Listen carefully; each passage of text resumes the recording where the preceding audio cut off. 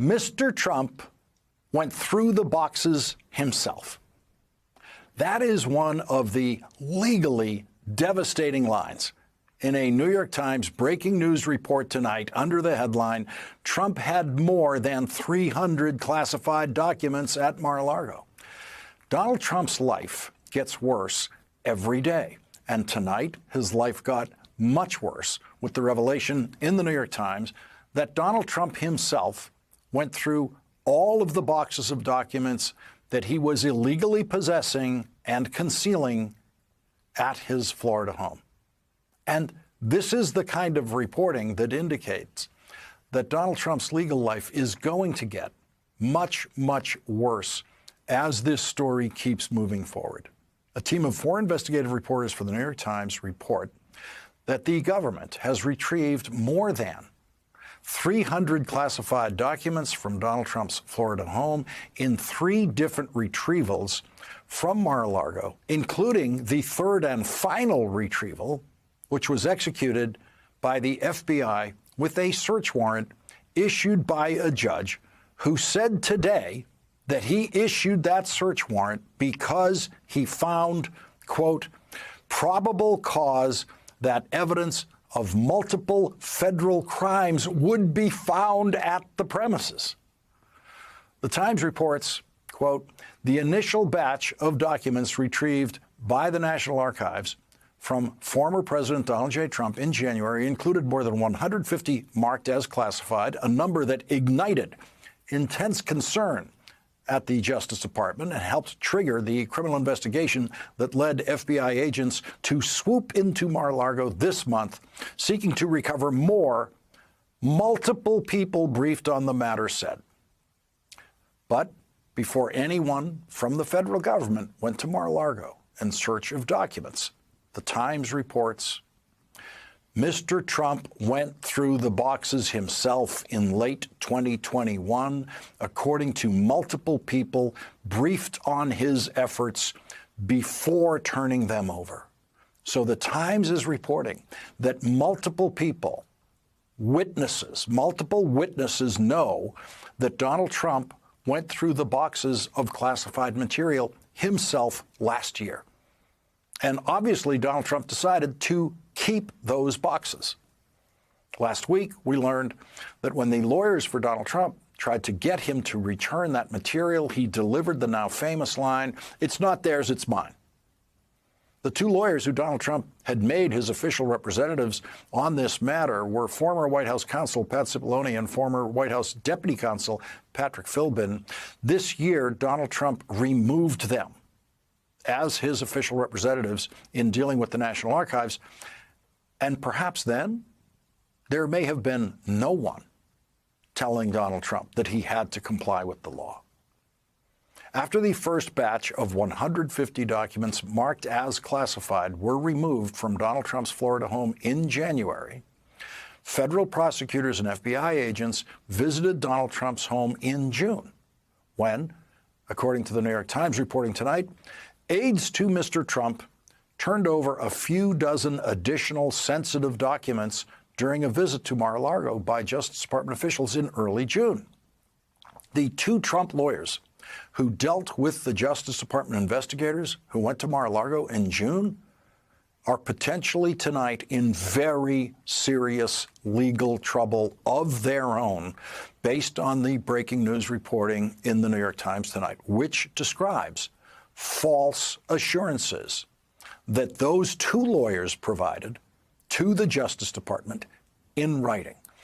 The Times reports on June 3rd, Jay Bratt, the chief of the counter-espionage section of the National Security Division of the Justice Department, went to Mar-a-Lago to meet with 2 of Mr. Trump's lawyers, Evan Corcoran and Christina Bobb, and retrieve any remaining classified material to satisfy the subpoena. Mr. Corcoran went through the boxes himself to identify classified material beforehand, according to 2 people familiar with his efforts. Mr. Corcoran showed Mr. Bratt the basement storage room where he said the remaining material had been kept. Mr. Trump briefly came to see the investigators during the visit. Mr. Bratt and the agents who who joined him were given a sheaf of classified material, according to two people familiar with the meeting. Mr. Corcoran then drafted a statement, which Ms. Bobb, who is said to be the custodian of the documents, signed. It asserted that, to the best of her knowledge, all classified material that was there had been returned, according to two people familiar with the statement. The statement wasn't true. It was not true. Christina Bobb signed her name to it, and Evan Corcoran wrote it. Evan Corcoran drafted a statement that was not true. And Christina Bobb signed the untrue statement in an official written communication with the Justice Department, where it is a crime to lie to the FBI. The Times goes on to explain why the investigation didn't end there. Justice Department officials had just visited Mar-a-Lago themselves. They'd been assured in writing by the Trump lawyers with that document signed by Christina Bobb that the Justice Department was now in possession of all of the classified documents that were there. But here's what happened next. Soon after that visit, investigators who were interviewing several people in Mr. Trump's circle about the documents came to believe that there were other presidential records that had not been turned over, according to the people familiar with the matter. On June 22nd, the Justice Department subpoenaed the Trump Organization for Mar-a-Lago's security footage. It revealed people moving boxes in and out, and in some cases appearing to change the containers some documents were held in. Every one of those people in those videos about moving those boxes is going to be questioned under oath by the Justice Department about exactly what they were doing with those boxes. But that video seems to have played a strong role in convincing the Justice Department and Attorney General Merrick Garland that they would need a search warrant to get more classified material from Donald Trump's home. And when the FBI completed the search that the search warrant allowed them to conduct on August 8th, the New York Times reports, officials left with 26 boxes, including 11 sets of material marked as classified, comprising scores of additional documents.